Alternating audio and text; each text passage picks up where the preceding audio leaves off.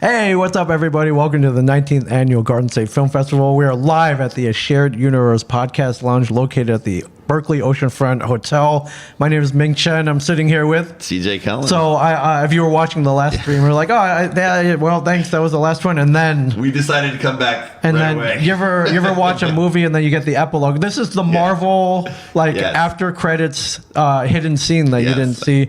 We're here with author and filmmaker Mark D. Rose, who has a film in the festival called Last of the Long Hunters. And you have given us business cards, you have visuals. And a book, too. Yeah, and it looks like you went outside to shoot this film. Oh, yeah. We shot all this in Alaska. Wow. A little piece in Minnesota, but shot it all over 2.5 years. Wow. Yeah, and right here you have me immediately. Exploits of a young Arctic pilot. Yep, that was what I tried to call myself. Yeah, back in those days. Yeah, are you a current Arctic pilot? I still am. Yeah, I just got back from a week of flying, doing cinematography tests, new camera gear. Wow. Trying to up our game. That's great. Yeah. So what came first, the filmmaking or the pilot? Oh, definitely the flying gig. Okay. Yeah. Yeah. I started flying when I was 16.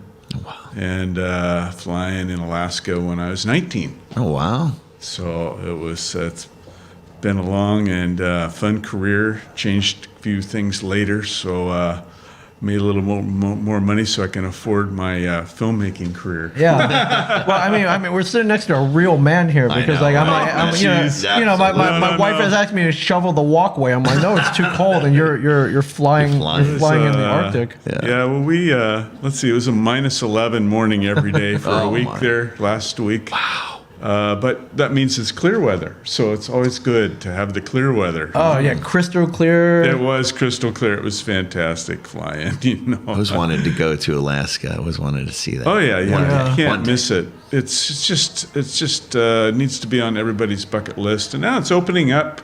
Right.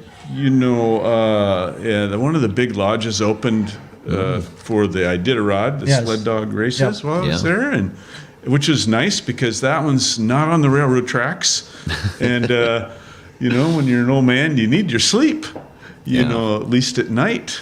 And it was great. There's Northern Lights were out. And they said, "Do you want to do the Northern Lights call, Mark?" And I said, "No, I've seen enough of them." Really? You've seen them so often that you're like, eh. Oh yeah, we used to fly there. And it would light up on the North Slope. Right. It would just light it all up. And you'd be in a helicopter. It's surrounded by glass. And it was great. It's wonderful. That's amazing. When did the love of filmmaking? How did you get bitten by the filmmaking bug? I was always into the photographs. I always had a little camera on my side or in the aircraft. So one thing led to another, and I wrote a few books. In my retirement, approaching my retirement years. So one of them was this one. Yeah. Last of the Long Hunters, which was what we based the film on. Right. Yeah. The expanded version of it. I just grabbed a few of these as I walked out the door of my house in Oregon, coming up here. So, and people had always bugged me, Mark, you got to write a. You write a book, and I wrote the book, and then you got to make a movie of the book now. You made the movie. You're a man who does what he says he's going to do. Awesome. Yeah. So are these based on all of your experiences? Yeah, these little, all my flying mishaps are in there, good and bad, embarrassing or, semi-heroic to share with people and the audiences. And people agreed, this is movie capable as long as I pay for it. So then I became a producer. Yeah. Right. Yep. That's the move. It's a smart move. And then there's a faith-based element in the film. That I just had to share. Yeah. Had to get out. So the long and short of it was, one night I got myself in a ton of trouble. At night, out of gas, in the mountains, trapped in a blizzard. Wow. So then I started running out of options. Let's see. I'm the smartest pilot in the world. Well, that's not working. Right. All right. Option A gone. Where's Option the gas? B. Well, I'm out of gas. Right. So okay, and I'm going to kill my passenger if I do this wrong. So running out of all the options, I said, well, let's try prayer. Wow. It's true story. So you can tell everyone firsthand that prayer works. You're sitting here next to us in one piece. Wow. Thank you very much, Hank, for that lead-in. And so I said my first prayer in the cockpit. Kind of cut through all my atheism and non-belief and everything. Wow. Foxhole kind of situation. And I said my first prayer, which was, if there's a God, I need your help now. So on that, I actually got an answer in the cockpit. Wow. And I'm going, holy cow. And the answer was really simple. He, male voice, a little sarcastic, said, son, you said the right thing. I'm going, wow, that's nice, but what's that going to do for my fuel situation? You're 3,000 feet in a blizzard, getting ready to die in the mountains. And so right then, the blizzard broke. And I'm going, and there's the lights of Katsubu out there about 20 miles, like the celestial city, just like broke, all right? And so this is really good. Only one major problem to go, Ming. Yeah, no fuel. 12 miles of 35-degree salt water to cross. Oh, wow. To get to where I needed to land. Yeah. And there I am. Here I am. Wow. So I somehow made it. Somebody put like 10 gallons of gas in my tanks because I was 45 minutes over 2Es on my tanks, and I flew on time all the time like us did. And even the smartest guy in the world couldn't figure that out. You know, I was 21. Wow. It was the power of prayer. A memorable experience, sir. So that's a big one there, and you have plenty others, right? That you wrote about, right? Well, I tried. It was more than one story. Yeah. We did search and rescues, always part of Alaska. A few of those stories are in there. They had a kind of a order wire network in the villages. Right.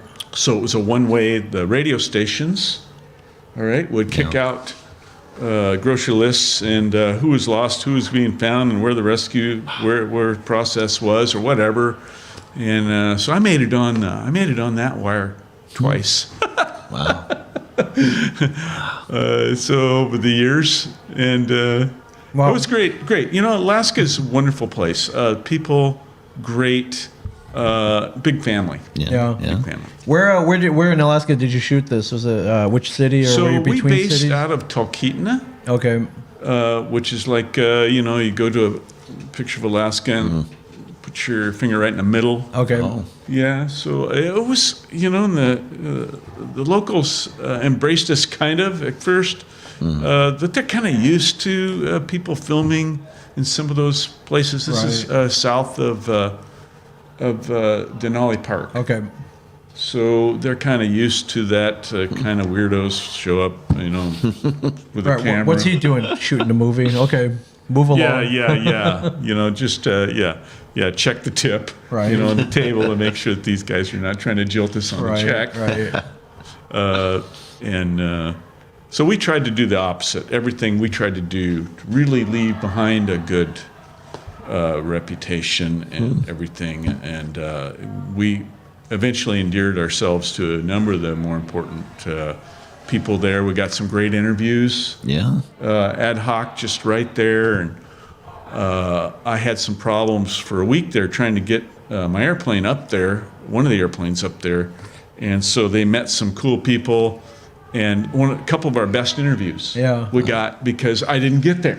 Right. But I'm paying a film crew, $4,000 a day. Yeah. Wow, so it's like, hey, well, let's interview these guys. Yeah. It's like, wow, these guys are great. A couple of guys interview me. There's no shortage of ego among the pilots. Right. I would imagine most people up there, whether they're bush pilots or support staff, are pretty. They have a story to tell. We ran into some golden ones, and we put them in the film. Yeah, it was good. That's great. It was great. That's amazing.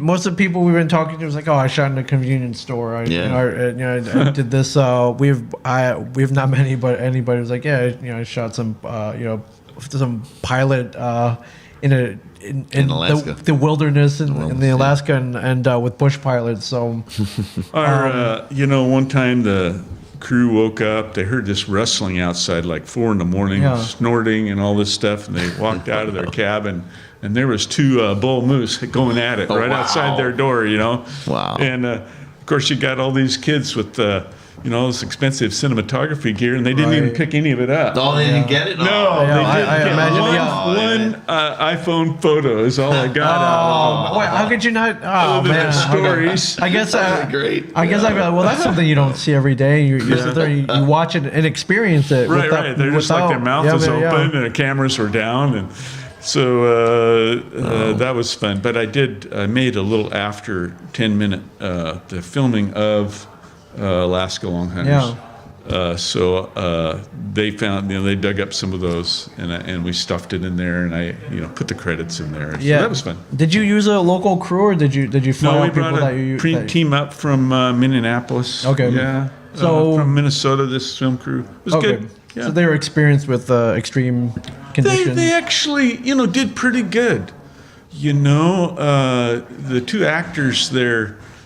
From the area, and I asked, make sure that these guys know what they're doing when they're handling a rifle. Right. And we had some mishaps, so I just took all their bullets away. So, better safe than sorry. Across the grizzly country there, better safe than sorry. They just would have thrown their guns at them and ran. They had to use their legs for their safety. Yeah.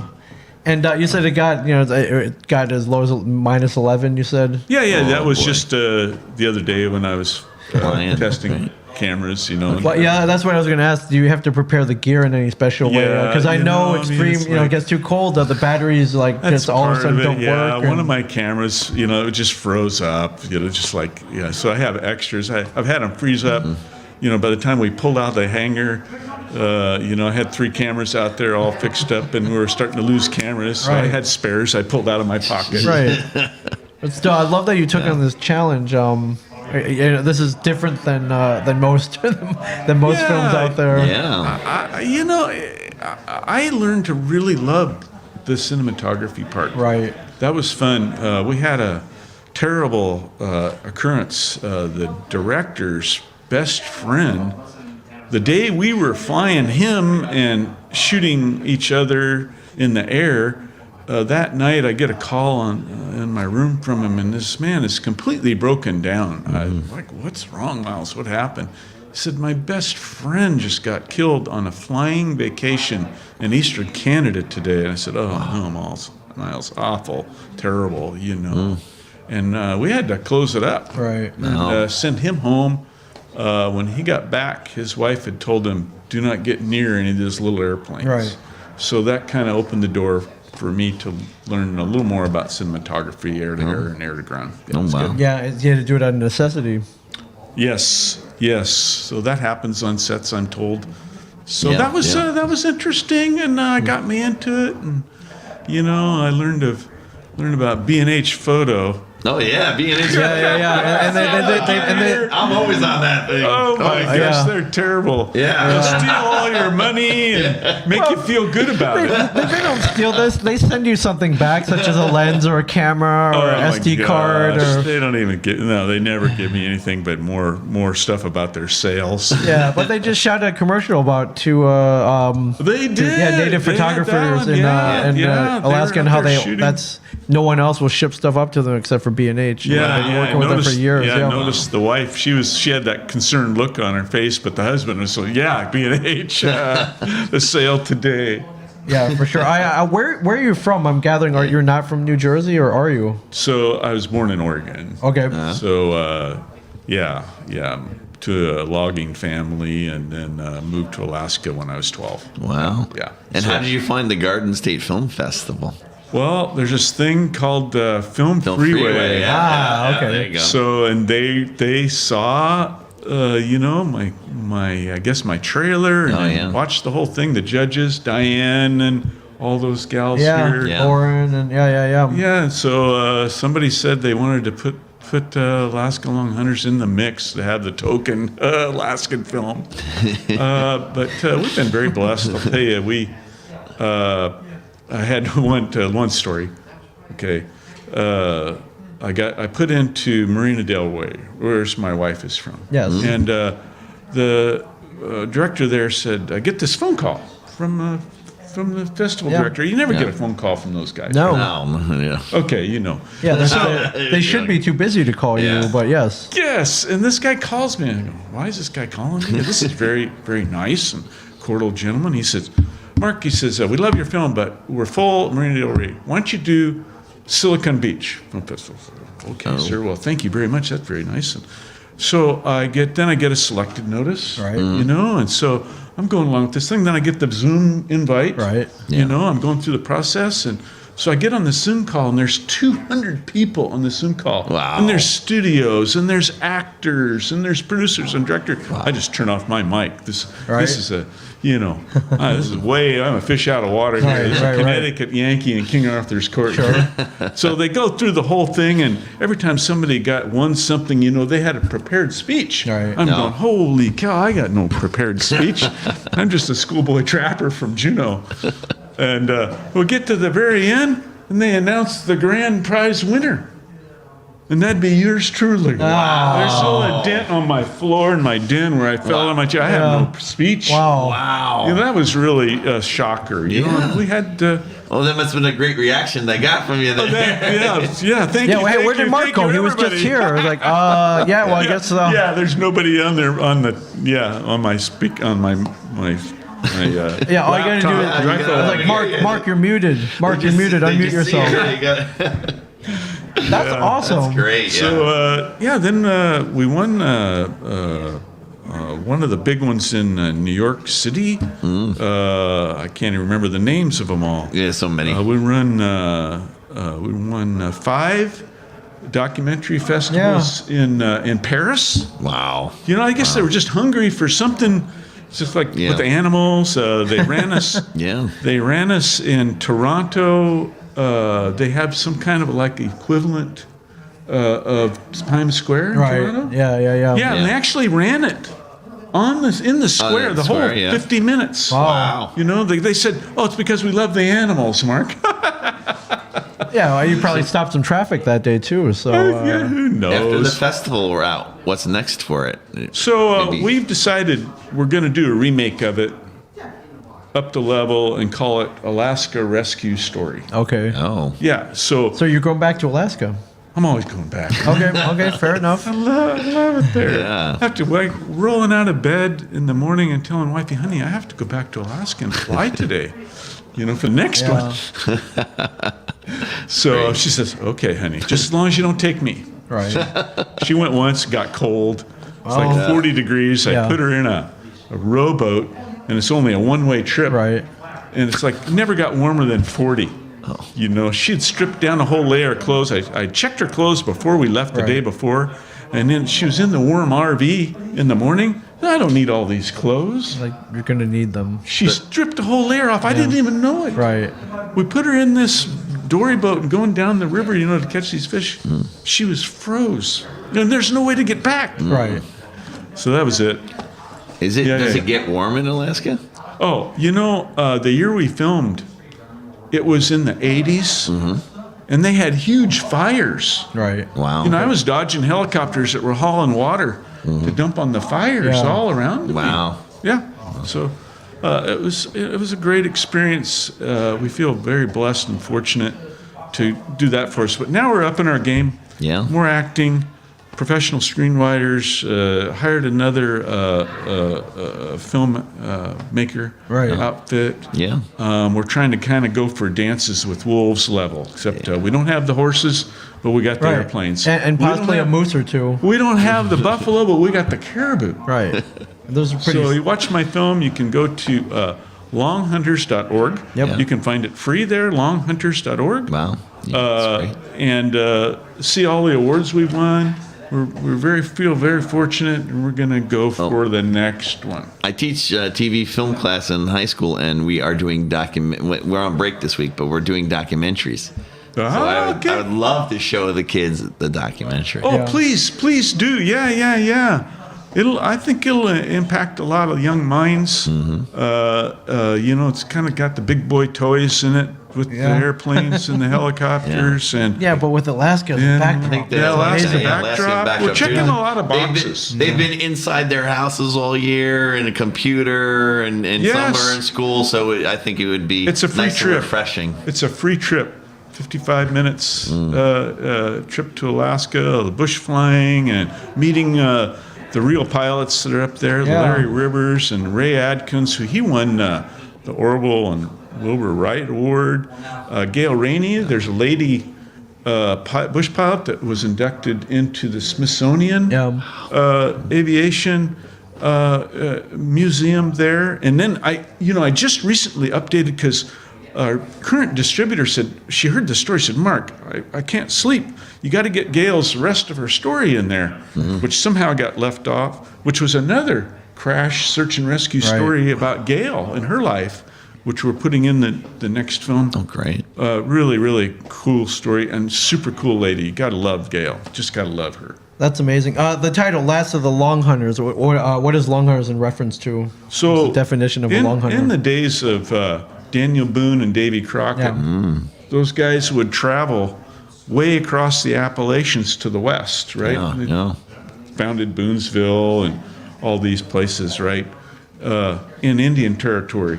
And so there was they called themselves long hunters. Oh. Yeah. So it's a takeoff of that history. Roosevelt wrote his histories and mentioned the long hunters. So, the Alaska piece. And we're going out there on the edge. We had to stash our fuel and put relays of fuel out, which we talk about in the film. Right.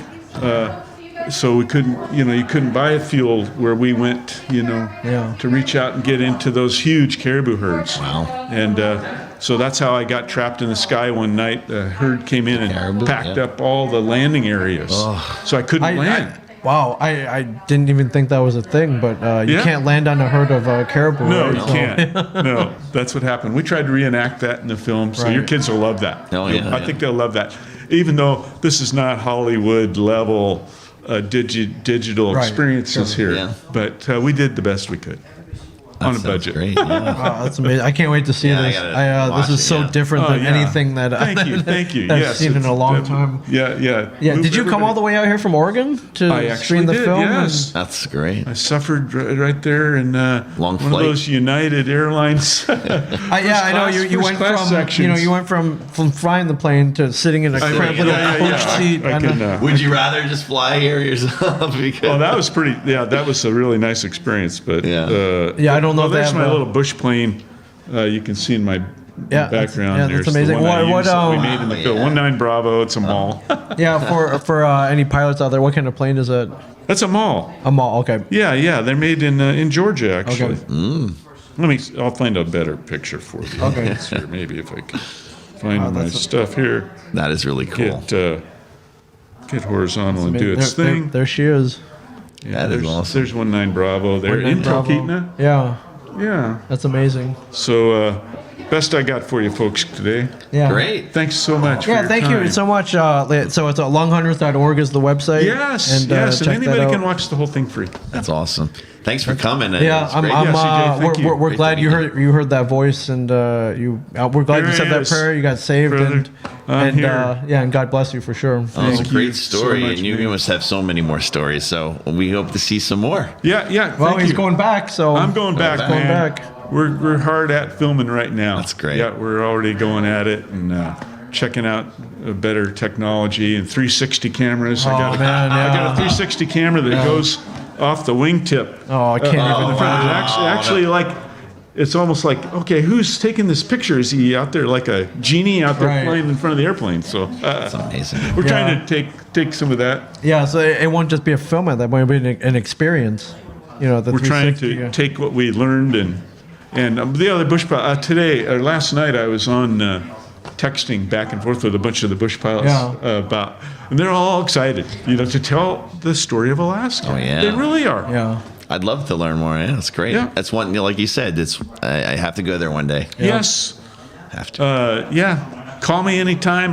He got his number right here. I was wanting to do that. They have the cruises out there too. Those Alaskan cruises. Oh, yeah. So I give you all the shortcuts to get up there and do it on a budget. Yeah. Awesome. Mark D. Rose, everybody, author, writer, filmmaker, pilot, filmmaker wannabe. Probably like the toughest real man we've met all weekend. So, not true. Yeah, not like us. Around here from Jersey, yes, definitely. Yeah. Because of us Jersey boys, we're not like the Oregon or Alaskan. That's probably the only the token bush pilot Alaskan of this film festival, trying to represent it well. Well, if I'm glad it's you. Yes. I'm glad they picked you. Thanks for the invite. Yeah, of course, Mark. CJ. Thank you very much. Check out Last of the Long Hunters, the website longhunters.org, and I imagine there's a trailer, and we can't wait to see this. Yeah. All right, guys. Yeah, thank you very much. And now see you at the awards. See you at the awards ceremony. Yeah, we'll see how I do. For sure. Well, see you guys later. Thank you so much.